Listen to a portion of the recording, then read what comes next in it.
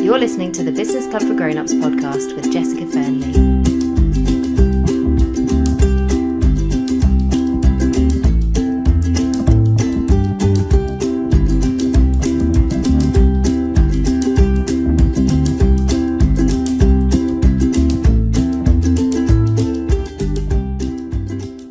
Hi everyone, and welcome to this week's episode of the Business Club for Grown-Ups podcast with me, Jessica Fernley.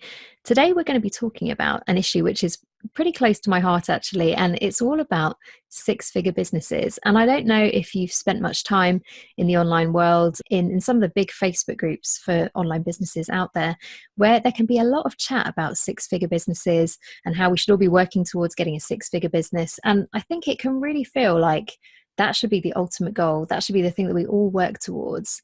And when you've got there, you have arrived in your business. And until you've got to that point, just forget even thinking about what you're doing in your business, because if you're not at six figures, then you're not taking yourself seriously. Now, I'd really like to talk about this today because it's something that I feel really strongly about. Having been through the whole process of building a seven-figure business before I actually set up on my own, I know that it can be a really hard work thing to do. And actually so much of the time, it can be a bit of an artificial goal in our businesses. It can feel like everyone says we should do it, so we almost unwittingly put it on our list of things to do without even thinking about whether that's right for us. And there's so much more behind the scenes when it comes to building a six-figure business, because so much of the time people who are ready to boast about the fact they have this amazing six-figure business, they're not really talking very openly about whether that's a turnover figure or a profit figure. And actually, I think it's really important to have more clarity on these things. I don't particularly shout about the finances of my business because I don't really like it when other people do that. And I don't think it should be the kind of thing that we all boast about how we're doing, that we all make other people feel like they're not doing as well as us, or, you know, we're comparing ourselves to other people. That's never been the way that I do my business. And I think the same is true for lots of other women out there. So what I'd really love to do today is have a bit of a conversation about this whole six-figure goal that we can have for our businesses, which sometimes can be quite a helpful thing. I mean, isn't it brilliant to set ambitious goals for our business? But at the same time, it can be something that can be a bit one size fits all and not really that nuanced to the situation that we're in. So I've invited my good friend, Marie-Helene de Benedetto, to join me today. Marie-Helene, would you like to tell us who you are and about your wonderful business, which, if you're wondering, is actually a six-figure business? Hello. Hi there. Of course. Thanks for having me. So yes, my name is Marie-Helene. I'm from Belgium. So if I sound a little bit French, that's why. I run a social media and a content marketing agency, which indeed is now a six-figure business. I've been doing that I started freelancing 5 years ago, let's say, and prior to that, I was employed in marketing positions in different companies for 15 years. So yeah, and now I'm running my business. Your six-figure business. My six-figure business. In turnover. And it's a funny thing, isn't it? I've definitely noticed, Marie-Helene, in the circles that we're in, that there can be a bit of a like, when you say about your business and you might mention in passing that you're at the six-figure point, there can be a bit of a gasp and everyone's like, wow, that's so exciting, Marie-Helene, you're such an inspiration. How do you feel about all of that? Was it something that you always set out to do, like build a six-figure business? Has that been an important goal for you? Okay, well, no, it wasn't. So when I got started, I was completely exhausted and tired of the corporate world. And I figured, okay, I still have to make a living and pay the bills in one way or another. And if I cannot do that anymore as an employee, then I have to make up something new for myself. And so I decided to start freelancing. My background was in marketing, so I thought I would freelance in digital marketing because that's what I was interested in. And my first goal was just to make enough of a living to pay the bills. And that was, I don't have an expensive or an extravagant way of life. So that was way under six figures, obviously. And so that's just how I started. And really, I didn't really have any other goal in mind. I was thinking, okay, if I can pay the bills, that's goal number one. And then I would like to increase it and maybe get back to what I used to get as a salary, as an employee. get back to the same amount. But it was just that. I wasn't thinking further than that. Mm. And that's so interesting, isn't it? Because I think that's so similar to where lots of us start out of like, what's my basic living cost that I need to cover? And then the goal after that is like, can I match what I used to be paid in my corporate job? Yes. And then after that, there can be a bit of a vacuum, can't there, of just thinking, well, now I've done that, now what do I do? And I think, I don't know, some people, they might have that stepwise kind of reaction to it. But then I think equally there can be a real sense of, I've just started a business, it's brand new. Everyone else out there seems to be getting to 6 figures in like 5 minutes. So that should be my goal. That's what you do when you start an online business. Yeah, well, it doesn't take 5 minutes, nor even 6 months. It takes more than that. Yeah. What I found is, and I found it true for other people I talk to as well, especially if you're starting completely fresh and you don't have the network yet, or you really, you just have to learn on the job. It takes probably 12 to 18 months before you start making real money. So yes, and 6 figures, that's a longer term even. I think for me it took probably about 3 years. I think it started quite slow, and then at some point it kind of snowballed because I had the network and because people were happy and were returning clients. So it gradually increased, and also I got more comfortable, and so I was probably getting better at making proposals or at networking or that kind of stuff. But I think the first year I made probably around 20,000 euros. And I have to say that this is a very important distinction. So when you are in Belgium, there is no such thing as a threshold for vets. So as soon as you want to become a freelancer or do some freelancing stuff, you have to get a business number and you have to pay taxes just like any business, even if you're not making money. So the numbers that I had in mind, they had to account for all the taxes that I would have to pay and for my own social security and stuff like that.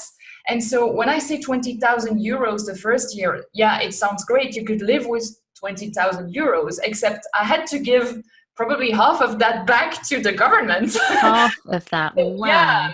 So I could not live with 20,000 euros. And so that was my first years, and I still had savings and stuff. And my goal was, okay, if I want this to work, at the end of the second year, I have to make 40,000. And then I can pay myself the minimum salary that I need to pay my bills, pay for my car and my house and my expenses. Nothing extravagant, not go out to eat and not go on vacation or nothing like that. So that was my first real goal. And I was like, okay, if I cannot make 40,000, I will have to go back to a job. Yeah, because actually, even with the threshold, it does give you a certain amount of safety. So, for example, in the UK, the VAT threshold has been 82,000 or thereabouts. And I've always said to clients, if you think you're getting to the point where your turnover, so if you're listening to this and words like turnover just leave you feeling a bit vague, that's the amount of money that your business makes in total before we take off any of your costs or anything like that. So that's not your overall profit, that's the amount that your business has just brought in, irrespective of what your profit has been and what your costs have been. But I would say to clients, if you're at that point where you think that your turnover is going to be around the same level as the VAT threshold, you may as well throw everything you've got and just hitting that threshold and just punching through it basically and bursting out the other side, because there's going to be a cost involved in getting the other side of the threshold. So you just always want to make sure that that features in your plans. If you're going to graze it, you may as well just fly through it and make sure that you're going to have some money left over at the end, because it's not nothing, is it? It does start to make a big difference. And certainly if you felt like suddenly you were losing 50% of your hard-earned 20,000 euros, that's a big thing to happen, isn't it? That's a big deal.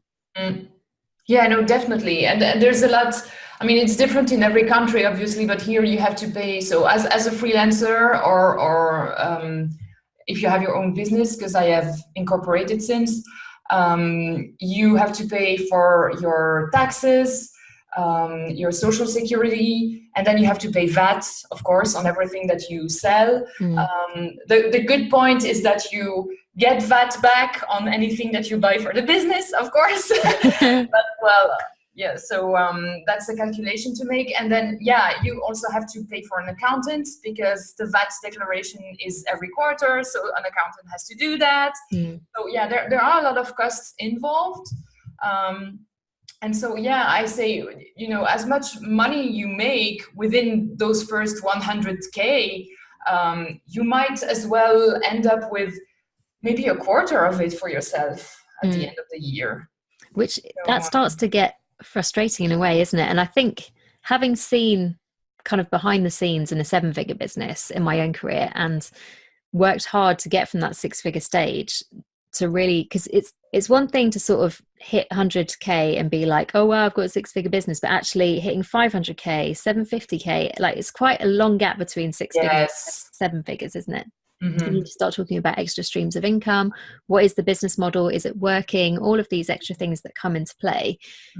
It's not as straightforward, is it? I think that's why it's been a bit of a frustration to me when I've seen a lot of stuff online about people going, oh, me and my 6-figure business. I always want to say, can you just publish your accounts so people can understand whether you've got any money to show for it? I have heard of people who can say that they've got a 6-figure business, but they've actually spent more than 6 figures making that turnover. And at the end of the day, turnover is such an artificial metric when it comes to measuring whether a business is doing well, isn't it? Because it's showing how hard a business has to work in terms of generating a profit, because business is always about making a return on an investment. So actually, if you have to work so hard in your business to actually generate 100K or more of income to get any profit at all, I just always find it very interesting that people don't always publish their profit, but they're happy to shout about their turnover, because in terms of business finance, that just doesn't make any sense. Yeah, no, I completely agree. I want to say also, I think the first probably 3, almost 4 years, I was doing everything on my own because I felt like I couldn't afford to pay for help. So I didn't even have a VA. I mean, I was doing absolutely everything. And for me, at the rates that I charged, this was doable up to about 80,000 euros a year.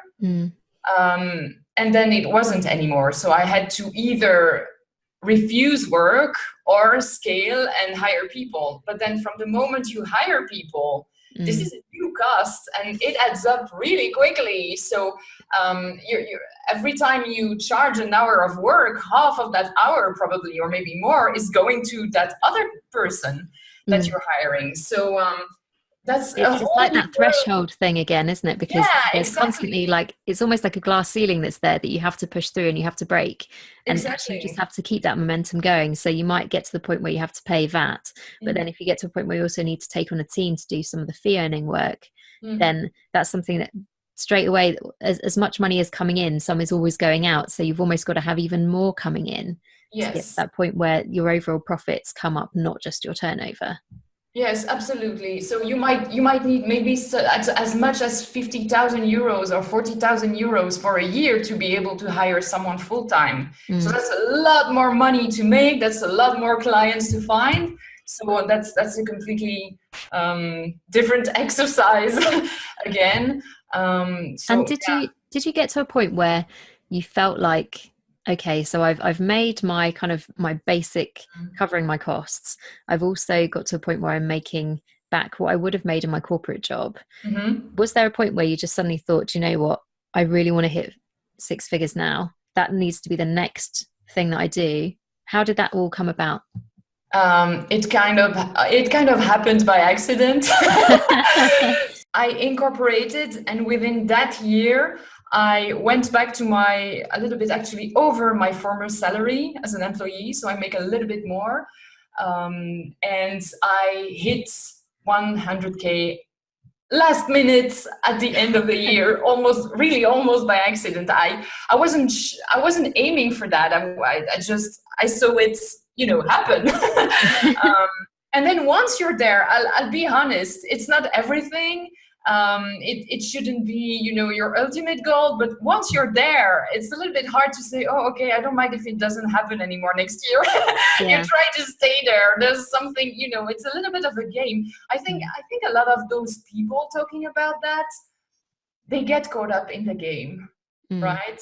It's like, oh, everybody is doing it, so I have to do it as well. And once I have done it, I have to do it again and again. Yeah. And in fact, yeah, it's just turnover. It doesn't say much about how profitable you are. It doesn't say much about how happy you are. Mm. Are you burning yourself out to Mm. make those six figures?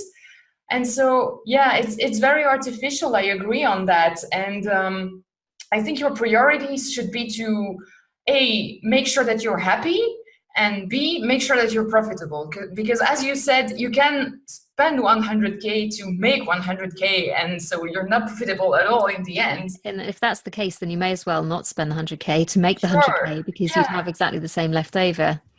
And doing nothing. Yeah, That would be much exactly. easier. And even more so if the business isn't actually profitable after all of that, if you go into debt Mm. to have got this kind of six-figure accolade as your turnover with no profit and a loss to show for it, that's just throwing money away, really, isn't it? It's a ridiculous way to do business. But then you can tell people they got a six-figure business, but then honestly, who really cares? It's really not the big deal that everyone thinks that it is sometimes. No. I mean, I was glad when it happened and it was the end of my year and that was a nice round number. But my life didn't change. And actually, because of taxes and stuff like that, Mm. I did not increase my personal income because I would just have paid more taxes. So this year, which was my second year of being incorporated, we went over those 100K, which is great. But all in all, I don't make more money myself because I don't want to pay more taxes. And because I had to pay for more help, my profit hasn't really grown massively. We've made more money, but we've spent more money. Yeah. Which sometimes can even be a little bit of a frustration because some month you really work like crazy, you have crazy long days, and at the end of the month, you got that pile of money. And you realize that it's not yours, it's your company's, it's your business. And you cannot just take it for yourself because you're going to have to pay more taxes on it. So Yeah. sometimes I think it's worth stopping and thinking, okay, is it really worth it? All those extra hours. Am I happier and am I really making more money or at the end of the day? Yeah, but I think that's a really important point because, like you say, sometimes you can get there without really thinking about it too much. It can just happen in some businesses, and that's definitely something that I've seen. But really, it always comes at a cost, doesn't it? And so, Always.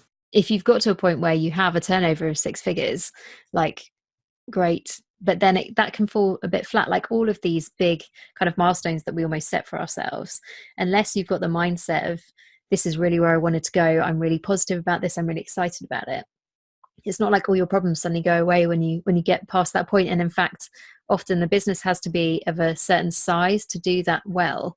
So suddenly you have a team to manage, you have all these complicated tax things that your accountant has to sort out for you. I think what I see quite often is actually that people have set this goal for themselves of like, I really must get to six figures, but they would be so much happier in a business that only did 20, 30, 40,000 a year. Because actually that's what they need in order to have a life that gives them the business that they wanted to.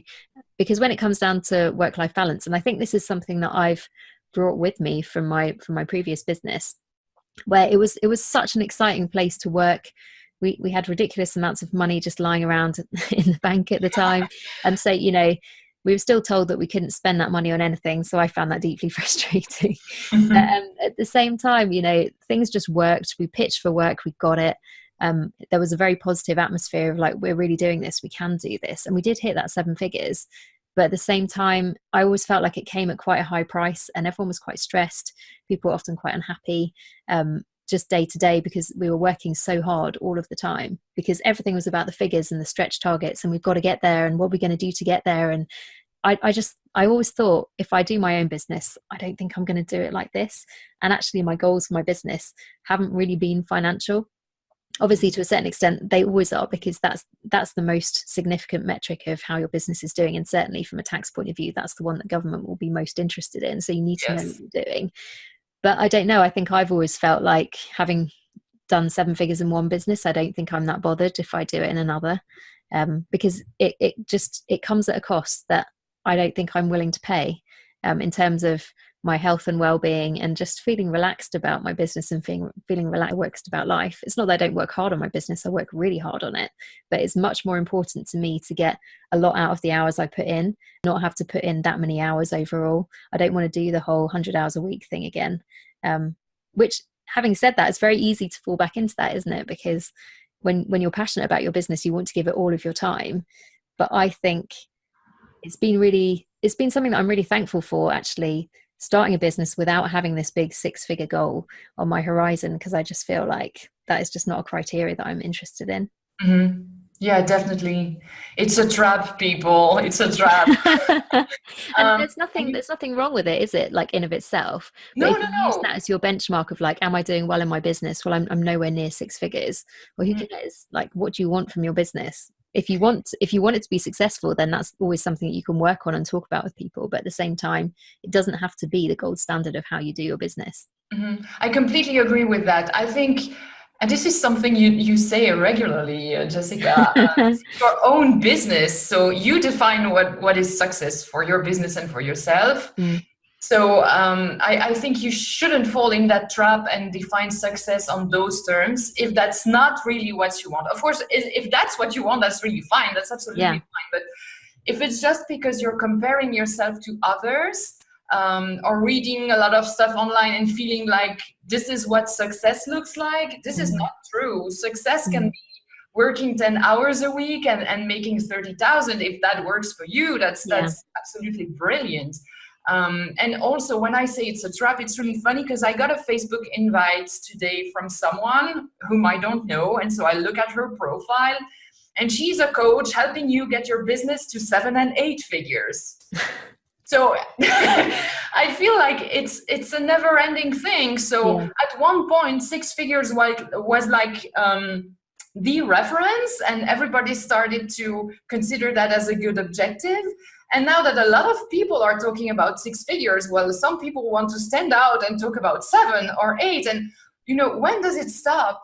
Can you imagine how much work and how many employees you need to make 7 figures in a business? Yeah. I mean, it's a completely different game. That's the thing. It's completely different. And people sort of throw it out there like, oh yeah, I did it. You can do it too. It's so easy. Yeah. And it's like, you just have to say that's a lie. That is 100% not true. It can't be true, because it doesn't happen by accident. It doesn't happen with no work. To get a business to 7 figures, it takes either an absolutely killer product that people are absolutely desperate to have, so that you can charge completely through the roof for it, or it has to be something pretty well established with a lot of development behind it, a big team running it. It's not something that just happens automatically. But again, I think you're right. It comes down to that thing of like, what do you want to be the goal in your business? Don't just aim for these things because everyone else is, or it feels like that's what some of the big name coaches tell you need to do. And it's true, isn't it, that if that's the way you do your business, when you get to 7 figures, you will not feel satisfied. You will just be like, well, what's everyone doing now? Oh, they're all talking about 7 and 8 figures. I better do that too. I feel like the more established I get in my business, I think I get imposter syndrome worse than I used to when I was starting out. And these things you tell yourself, don't you? Like, when I've got X number of clients, when I'm bringing in this amount of money, I won't feel this anymore. I feel fine. But it's not actually true. And I think the more, like, every time you do a launch, if it goes well, then you're like, well, with my next launch, what if I can't do that again? What if it was a one-off? What if that never happens again? Definitely. I think that if you don't deal with that kind of fear at its basic level, and if you don't have that positive view of yourself and what you're doing, and feel comfortable in your business and say, do you know what, this is the path that I'm meant to be on, and if it takes me 10 years longer than everyone else, I really don't care. If you can have that acceptance of yourself, I think that women really goes a long way to insulating you against this kind of terrible comparison thing that we do as women in our businesses, being like, yeah, but she did it faster, yeah, but her hair is better than my hair, and all of these things. That's true. And I think you should always consider that you are the benchmark. So you should benchmark against yourself. Like, if you still want to grow your business, look at what you did last year. Look at where you were a year or 5 years ago, and definitely consider how you have grown and how much you have improved. And are you on the path to where you want to go? But just don't look at others. I mean, I'm guilty of that sometimes too. And I think sometimes it's inspiring to look at others because it shows me what's possible. Yeah. But just because it's possible, it doesn't mean that I have to do it myself. Definitely. But And when you that's can what's take right for me. definitely when you can take that step back and just say, that's what they're doing and it's really great. I'm so pleased for them. But it Mm, doesn't necessarily make you feel that kind of like, I should do it too. Oh my goodness, everyone's judging me because I haven't done it. Like no one cares. And mm, so you have to make that decision yourself. And when that can be something that you are aware of and you're mm, not just pushing yourself into this business plan that does not feel right to you because it's not what you're aligned with deep down, that mhm. makes such a huge impact on everything you do in your business, doesn't it? Yeah, definitely. Comparing yourself to others is not the right way to decide if you are a failure or if you are successful Yeah. in your business. No, definitely. I so agree with that. I think it's so important. So, if you were to have sort of one tip for people listening to this who maybe feel like, oh, do you know what? I have been aiming for six figures and I'm not really sure why. Mm. What would you say to them? What are the things that they can take away from listening to our conversation today? Okay, so there's two things that I would do. One thing I did when I was just getting started, and I think everybody should do it. You can do it on your own, but I went to an accountant and I calculated my cost price. And how do you do that? You actually have to list everything that you're spending over a year for your business, including your own salary, what you're going to give to yourself. And you are also going to calculate how many hours you can realistically work in your business and charge clients for. And then you divide the amount of money by the number of hours, and you know how much you need to charge per hour at least to not lose money. Mm, And I noticed that a lot of freelancers, they just, they ask around, oh, what are you charging for this? And they hear things like, oh, when you're just getting started, you should be cheaper. And I'm like, why? The plumber doesn't come in and give you a discount because he has been in business for 6 months instead of 10 years. Either mm. you know how to do the job and you deserve the money, or you don't know how to do the job and you shouldn't be selling your And do services. you know what? That's so true because I remember a few years ago in a Facebook group, someone saying, "Oh, I didn't know how to cost myself for this project, so I took minimum wage as my indicator of what I should charge." And Yeah, no, I no. responded back and I was like, "Why on earth did you use minimum wage? You're a skilled person providing a service which not everyone could do. That is Yes. not minimum wage criteria. You have a very impressive skill that people want and they want to pay you for it. Don't Mm-mm. undersell yourself." Yes. Plus, when you are on your own, you don't get vacations or that kind of stuff. You don't get paid if you're sick. So you have to save for all those circumstances that could Yeah, happen, you and you need have to major save for when you need a contingency. summer break. So it's Mm, money that you have to make upfront for every hour that you work. You have mm. to calculate that. So usually when you start, the price that you're thinking of is like half the price you should be charging. Yeah. But that's a calculation to make. And then once you know that number and you start working for clients, you should make sure that every client is profitable. So this is something that I have done myself and that I know some people are doing. You're like, okay, I have 10 clients maybe, 9 are profitable. The 10th one, it's actually losing me money or costing me money to work for them, but I'm too scared to say no, or I'm hoping that it's going to get better. Or no, you shouldn't work that way. A business is meant to make profits. So if you're not making profit on the client, and this cannot be sorted quickly, like by phoning them and saying, okay, this is my new rate for you guys, do you take it or leave it? Then just drop them. And I think it's a very important skill in the business to being able to fire clients when they're Yeah. not profitable or they're causing you so much trouble that you're pulling your hair and everything. That's a completely different discussion. But so yeah, make sure that you're charging enough and make sure that every client is profitable, and then you're on. I think you're probably already better on track than a lot of freelancers. Yeah, no, that's brilliant advice. And it's just so helpful because I think it's so hard to value ourselves, isn't it? And when you're writing a proposal for someone else's business, that's very different to when it's all you and it's all your work and it's all under your brand. That can Mhm. be such an overwhelming thing. And actually in the Business Club for Grownups, which is my membership program, we have a monthly theme every month where we have some expert content, which will help us to develop in that area. It's always very actionable, very thorough. Next month we're going to be looking at pricing because it's just such a helpful topic, and it's something that in the Facebook group has been coming up a few times. So I'm going to be putting together a whole month of content for you be all about pricing and how to make sure that we're at that right level, because it is such a difficult thing. I've found it hard in my own business, and you can know all the theory and how it applies to other people, but when it's you can just be like, I don't know how to do this. Yes. So that's definitely a really helpful tip. Thank you, Marie-Helene. And it's been great talking to you about all of these things, because this isn't academic, is it? This is stuff that we have experienced, that we've run into as we've been building our own businesses and as we've been working in our careers. And it's just so important to make sure that the goals we set in our business are the right goals, and we're not just trying to do what everyone else is doing, because that will only take you so far in a business. You will get to a point where almost you have to decide, am I doing this business for me, or because everyone else is looking and I just want to impress them? The two are not the same. They don't feel the same. They don't feel the same. So it's just really important to have all of that thought through in the way that we run our businesses. So thank you so much for joining me today. I've really enjoyed talking to you. And thank you so much, everyone, for listening as well. Marie-Helene was my guest a few months ago. She provided the expert content all about how to find the perfect social media channel for your business, which has been such a helpful thing for the Business Club for Grown-Ups. I know that so many of us in the group have listened to that content and found it really, really helpful. She is an absolute expert when it comes to social media. She really knows her stuff. So if you like the sound of that, then definitely come along to thebusinessclubforgrownups.com and find out how you can join and become a member. Thanks everyone for listening, and I'll see you next time. You've been listening to the Business Club for Grown-Ups podcast with Jessica Fernley. To find out more, visit thebusinessclubforgrownups.com.